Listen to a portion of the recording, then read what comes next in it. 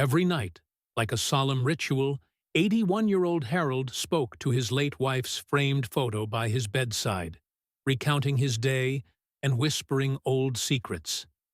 His daughter, Jenny, always thought it was his way of coping until one eerie night she overheard words that chilled her to the bone.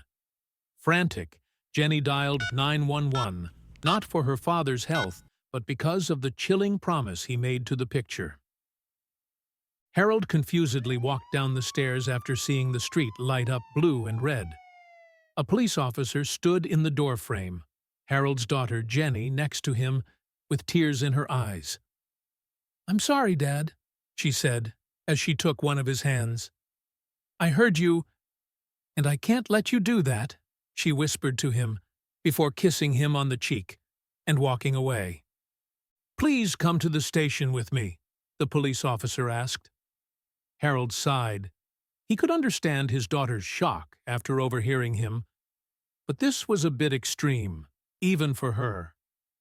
"Am I under arrest?" Harold asked the officer, unsure if he wanted to come to the police station at all.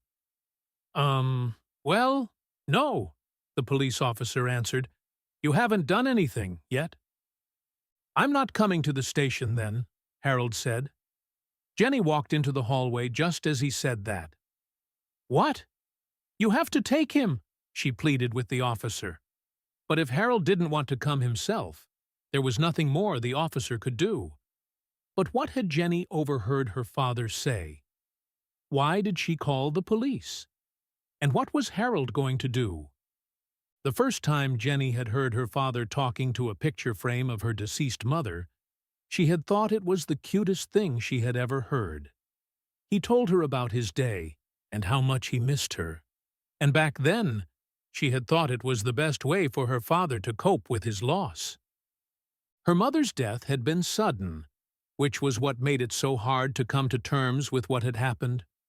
Her mother, Connie, had a severe nut allergy, and one morning, when she was alone in the house making herself some breakfast, she had a severe allergic reaction. She had mistakenly bought almond milk instead of normal milk, probably because of her old age. Harold found her later that afternoon, which broke him. Connie was the love of his life, and he had always thought they would die together, holding each other as they breathed out their last breaths. It took him a long time to return to his old self, but it was mostly a mask he put on for the sake of his daughter. Today was the anniversary of Connie's death, which was always a day they dreaded. They visited her grave, placed new flowers by her headstone, and stayed for a little longer than usual to talk to her. Jenny found it comforting to be there with her father, as she knew he understood her pain more than anyone. But she also realized she didn't visit her mother's grave enough. That evening was the evening that changed everything. Her father had gone up to his room rather quickly after dinner. Jenny had made her mother's favorite, and she had stayed downstairs to clean up. She had thought her father must have just been tired from the emotional day, but when she walked up to his room to say goodbye, she realized that wasn't true. Her father was actually wide awake, sitting on his bedside with the picture frame of Connie in his hands. Jenny looked at her father through the creaked open door, but he didn't realize she was there. "I miss you so much, my dear," her father said as he kissed the picture. Jenny's heart broke for him. However, her father wasn't done talking just yet. "There is something I have to do," he whispered, his tone even more hushed than before. "I saw something the other day, and I can't get it out of my head," Harold continued. Jenny listened intently, almost holding her breath so her father wouldn't hear her. "I only hope I'll make it back alive," he finally said, and he placed the picture back on his nightstand. Jenny couldn't believe her ears. What had her father gotten himself into? She slowly stepped away from the door, her heart racing. Was her father in danger? Panic began to kick in, and she felt the need to protect her father. But against what? Not thinking clearly, She reached for her phone and dialed 911. "Hello? I think my elderly father is in danger." The dispatcher asked Jenny about the details, but she hesitated. Her father had done nothing wrong, and he wasn't in danger right now, so why would the police even bother to come? Yeah, my father is in a depressed state of mind, and I'm worried he will do something awful tonight," she said, hoping it would sound important enough, even though it was not at all what her father had said. Her little lie worked, as the dispatcher told her he would be sending a police officer to her father's address. Jenny nervously waited at the bottom of the stairs, listening to her father moving around in his room. She wondered what he had seen that startled him so much, and if she would be able to help him in any way.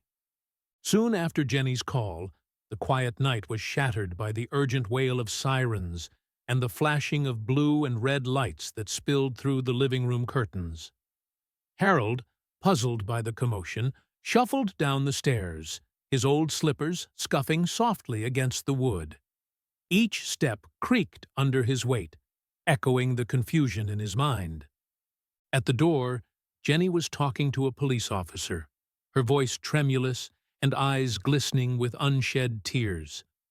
Harold noticed her hands were trembling as she clutched her phone like a lifeline. The sight of his daughter, so distraught, tightened his chest, a mix of concern and bewilderment pulling at his features as he approached. "What's going on, dear?" Harold's voice cracked slightly as he addressed Jenny. His gaze flitted between her and the officer, trying to piece together the reason for this late-night visit. Never in his long life had the police shown up at his doorstep, and the stark red and blue lights seemed almost surreal against the calm darkness of their usual evenings. "He's here for you, Dad," Jenny managed to say, her voice cracking from sorrow. "I heard what you said to Mom. I'm sorry, but I can't let you do that." Her statement hung heavily in the air, a painful echo of her earlier fear. Harold felt a chill run down his spine, the gravity of the situation beginning to dawn on him. Harold's heart sank. This was supposed to be a personal challenge he had to face alone. As he absorbed Jenny's words, realization flickered across his face. He hadn't specified his intentions aloud, merely hinted at a daunting task. How could he explain without revealing too much? Yet, he knew deep down that arrest wasn't a threat, at least not for something he hadn't even attempted. The police officer, maintaining a firm yet gentle tone, asked Harold if he'd accompany him to the station for a talk. Harold, steadying himself against the doorway, looked the officer in the eye and asked, "Am I under arrest?" When the officer hesitated, Harold shook his head. "If I'm not under arrest, I see no reason to go anywhere." Jenny, overhearing the exchange while bustling around in the kitchen, paused as her father asserted himself. Harold crossed his arms, an unwavering resolve etching his features as he stood firmly in the comfort of his home. Hearing her father's refusal, Jenny dashed from the kitchen back to the living room. "You have to take him," she insisted to the officer, her voice laced with urgency. But the officer responded, "Ma'am, I can't compel your father to come with me if he's not under arrest." Realizing his efforts were fruitless, the officer tipped his hat to Harold and departed. Jenny, left in the wake of the police car's receding lights, turned to her father with a mix of frustration and worry. "What did you get yourself into?" she asked desperately, her eyes searching his for an answer she wasn't sure she wanted. At Jenny's question, Harold's expression hardened. "Stay out of my business," he snapped, his voice harsher than he intended. "You shouldn't have been eavesdropping." He turned away, leaving Jenny stunned by his abrupt dismissal. It was clear something deep and troubling was stirring within him, but he wasn't ready to share it. Not yet. Jenny stood, mouth agape, as her father's harsh words hung in the air. She couldn't understand this sudden change in him. It was completely out of character. She watched him stumble up the stairs and into his room. Shaking her head in disbelief, she realized she needed to leave for her own home soon. But the tension made her hesitant to say goodbye. Returning to Harold's room to bid farewell, Jenny found his door locked, an unusual occurrence that made her heart sink even further. She lingered outside, her hand hesitating on the cold knob, her mind racing with concern. With a heavy heart, she realized she wouldn't get to see her father's face to say goodbye tonight. Jenny knocked gently, her voice soft. "Dad, I'm leaving. Please let me in." But Harold's voice came through the door, firm and resolute. "No, Jenny, not tonight." With no way to bridge the sudden gap between them, Jenny turned away, tears blurring her vision as she walked out of the house, feeling a deep unease about leaving things so unresolved. As soon as the front door clicked shut and the faint sound of Jenny's car faded away, Harold unlocked his bedroom door and hurried downstairs. His steps were quick, driven by a mix of determination and urgency. "It has to be tonight," he muttered to himself, knowing that Jenny's accidental involvement could complicate things further. Reaching for his old Nokia phone, Harold's fingers fumbled briefly before dialing the last number that had called him. The device, outdated yet reliable, seemed like a lifeline as he waited for the call to connect. His breath was shallow, each ring echoing loudly in the quiet house, until finally the call was answered. "Harold Almarty?" a low voice inquired as soon as he picked up. "Yes," Harold replied, his voice steady. The caller quickly gave him coordinates and instructed him to be there by dawn. The connection was cut as soon as Harold scribbled down the details. He clutched the piece of paper, knowing well that the coming morning would bring a daunting task. After the call ended, Harold sat motionless for a moment, then let out a weary sigh. The room was silent around him, the only sound his own labored breathing. The weight of what was asked of him hung heavily in the air, nearly too much for his aged heart to bear. He rubbed his chest, trying to calm the mounting stress. Knowing he needed to rise early, Harold reluctantly headed to bed. The plan required him to be up by 4, a difficult task as he no longer drove. He had to rely on public transport for a ride, because taking an Uber was out of the question. The secrecy of his destination was paramount. He set his alarm, a sense of dread settling in. Meanwhile, Jenny, unable to shake her worry for her father, made a decision. She couldn't sleep, haunted by the thought of him in danger. She drove back to his house and parked a short distance away. From her vantage point, she could keep an eye on his front door. The street was quiet, and she settled in, her mind racing with concern. Jenny wrapped herself in blankets as the night air turned chillier. She sat hunched in her car, eyes fixed on the familiar outline of her father's house. Her heart pounded with a mix of cold and worry. Every passing car, every shadow made her tense. She was determined to follow him when he left, ready to intervene if necessary. Her vigil was set, and she waited for any sign of movement. Around 3:30 in the morning, the light in Harold's bedroom flickered on, immediately catching Jenny's vigilant eyes. Her father was known for sleeping soundly through the night, and any deviation from this routine signaled something unusual. She watched intently, her nerves on edge, as the house momentarily lit up like a beacon in the quiet darkness. Gradually, lights in other parts of the house turned on and then off, one by one. Finally, the front door opened, and Harold stepped out. He leaned heavily on his walking cane, indicating he was preparing for a long walk. Jenny's heart skipped a beat as she saw her father's figure emerge into the pre-dawn stillness, his movements slow but determined. As Harold walked out of the street and headed toward the nearby bus stop, Jenny quickly started her car. She kept the engine running softly, ready to follow him wherever this early morning journey took him. Her hands gripped the steering wheel tightly, her eyes never leaving her father's slowly receding back. No bus arrived at the stop. Instead, a sleek black car pulled up quietly. Two men stepped out, quickly approaching Harold. Before Jenny could process what was happening, they had gently but firmly helped Harold into the car. The door shut with a soft thud, and the car lingered for a moment before starting to move again. Jenny's hand flew to her mouth to stifle a gasp of shock. Her father had just been taken by strangers, and she had to act fast. Panicking but determined, she put her car into gear and started to follow the black vehicle.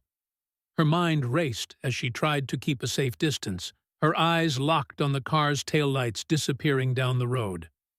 Jenny's heart pounded as she tried to follow the black car discreetly. The road was eerily quiet, making her brightly shining headlights a dead giveaway. She adjusted her beams and stayed as far back as possible, her hands tight on the steering wheel.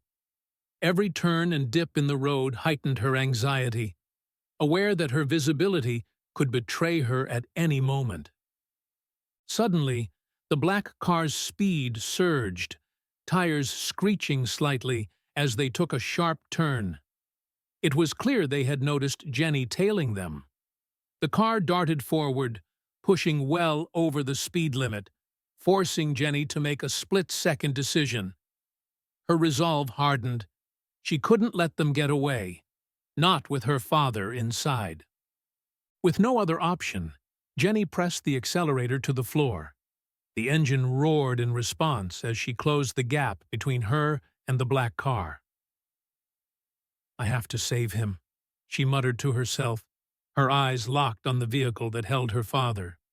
The road blurred around her as she focused solely on the chase.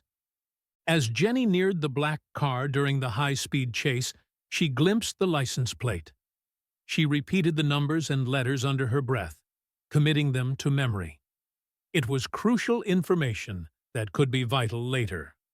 She kept her eyes fixed on the plate until the numbers were etched in her mind, just in case she lost sight of them. The sudden appearance of red and blue lights in her rearview mirror made Jenny's heart sink. A police car was signaling her to pull over, its siren cutting through the night. Her pursuit was about to be forcibly paused, but she knew she couldn't ignore the law. Reluctantly, she eased her foot off the gas and began to slow down, preparing to explain everything to the officer. Jenny really didn't want to stop the pursuit, but she couldn't risk becoming a criminal herself. With a heavy heart, she pulled her car to the side of the road, the flashing lights of the police car painting her face in red and blue strokes. She prepared herself to explain everything to the officer, hoping desperately that he could help her rescue her father. To her relief, the officer who approached her window was the same one who had visited her father's house the previous day. Recognizing her immediately, he listened intently as Jenny quickly relayed the night's harrowing events. His familiarity with her father's situation made him particularly receptive, and he believed her without hesitation. Jenny handed over the license plate number she had memorized, and the officer promised to run a check on the car immediately. He reassured her that he would keep in touch, but firmly advised her to go home. "It could be dangerous," he warned. Jenny understood the gravity of the situation, but felt a pang of helplessness as she watched the officer drive away. Jenny's worry for her father gnawed at her as she sat in her car, the adrenaline slowly ebbing away. She understood the officer's plea to stay out of it, recognizing that she was ill-equipped to tackle such a dangerous situation alone. With a heavy sigh, she started her car, knowing she had lost sight of the black car, and that further pursuit was futile. As the first light of dawn crept across the sky, Jenny drove home. She felt a mix of fear and exhaustion, but kept her phone's volume turned up high, not wanting to miss any call that might bring news of her father. Each moment was torturous, but she clung to the hope that the officer would contact her soon with good news.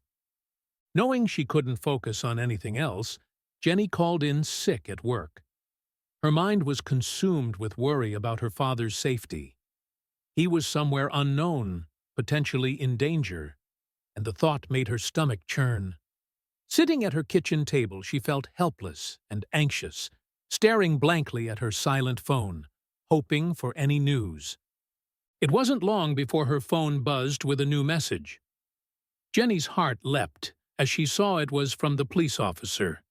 He had gotten a hit on the license plate and was about to follow up on it. Her fingers trembled as she clutched the phone, grateful for any progress, but nervous about what he might find. Filled with a mix of hope and desperation, Jenny texted the officer, pleading to join him in the investigation. His reply was sympathetic but firm. It was against the rules. He had already filed a missing persons report based on their earlier conversation, and the situation had escalated to a formal police investigation. She had to stay back and let them work.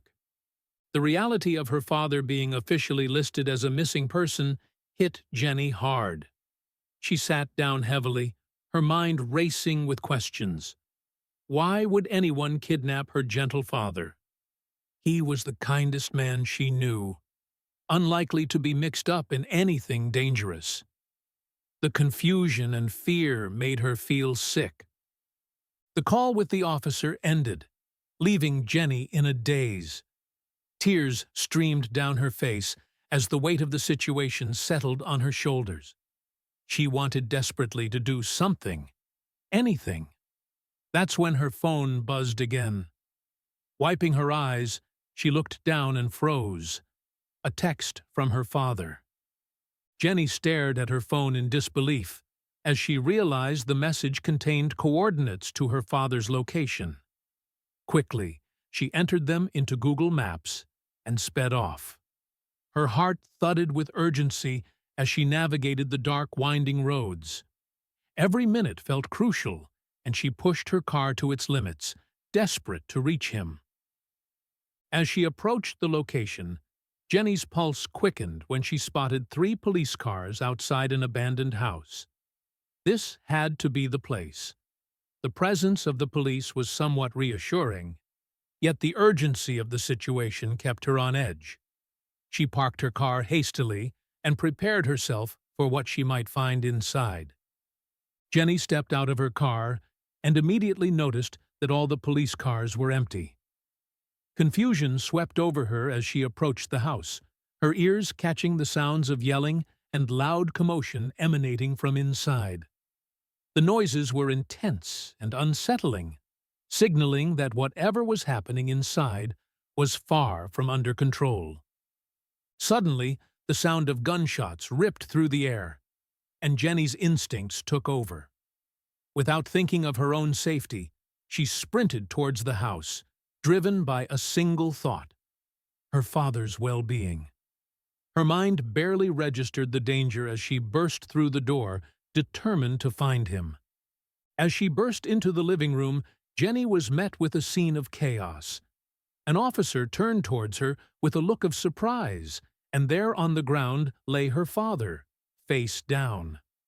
Jenny's heart stopped for a moment before she rushed over, dropping to the floor to wrap her arms around him, her eyes searching desperately for any sign of injury.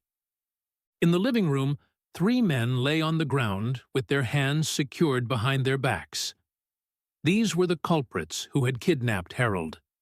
Each was surrounded by police officers, ensuring they couldn't move. Jenny glanced at them briefly, feeling a mix of anger and relief. Her father was safe, and his abductors were now the ones powerless.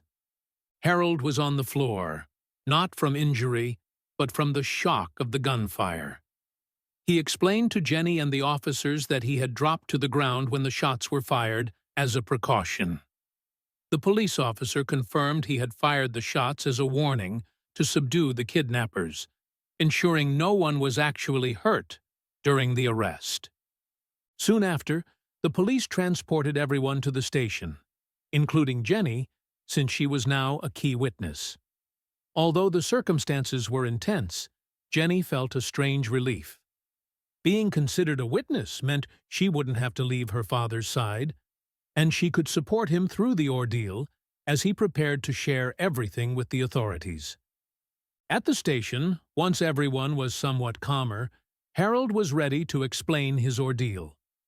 He revealed that he had accidentally overheard the three men planning a heist.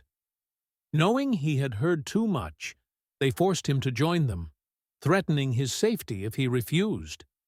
His voice shook as he recounted the fear and helplessness he had felt. Jenny listened to her father's story, a tale so drastic it bordered on the unbelievable. Yet, knowing her father's gentle nature, she understood he could never concoct such a story, nor could he ever willingly engage in criminal activities. Harold was the kind of man who would go out of his way to avoid harming even the smallest creature. His involvement was clearly against his will. The three men, desperate to avoid harsh sentences, tried to drag Harold into the blame for the planned heist. They claimed he was an active participant, not just an unwilling accomplice forced by circumstances. However, their efforts to implicate him fell flat as the evidence clearly contradicted their stories. The truth of Harold's innocence began to shine through the cracks of their fabricated claims. The police officer handling the case listened carefully to both Jenny and Harold's accounts and reviewed the evidence. It all aligned with Harold's story of being an unwilling participant, coerced into the situation. His honesty, supported by the lack of evidence tying him directly to the planning of the crime, helped solidify his innocence in the eyes of the law. Eventually, the three men were convicted of their crimes after the trial. The evidence against them was overwhelming, leading to their sentences of several years in prison. The courtroom felt tense as the verdict was delivered, but for Harold and Jenny, it was a moment of profound relief. Justice had been served, and the truth had protected the innocent. After the trial, Harold and Jenny worked to rebuild their lives. Harold continued his evening ritual of talking to his late wife's picture, sharing not just his day, but also the ordeal he had survived. This act of speaking to her picture brought him comfort and a sense of normalcy amidst the chaos that had temporarily upturned their lives. In the aftermath of everything, Harold and Jenny made a heartfelt promise to each other. They agreed never to keep secrets, especially those as significant as what Harold had endured. This promise strengthened their bond, ensuring that honesty would always be the foundation of their relationship. It was a new beginning for them, built on mutual trust and deeper understanding. Do you like this touching and surprising story? If so, we invite you to leave us a comment expressing your opinion. If you want to continue enjoying inspiring stories like this one, subscribe to our channel or check out the other videos shown at the bottom of the screen. Thank you for your cooperation.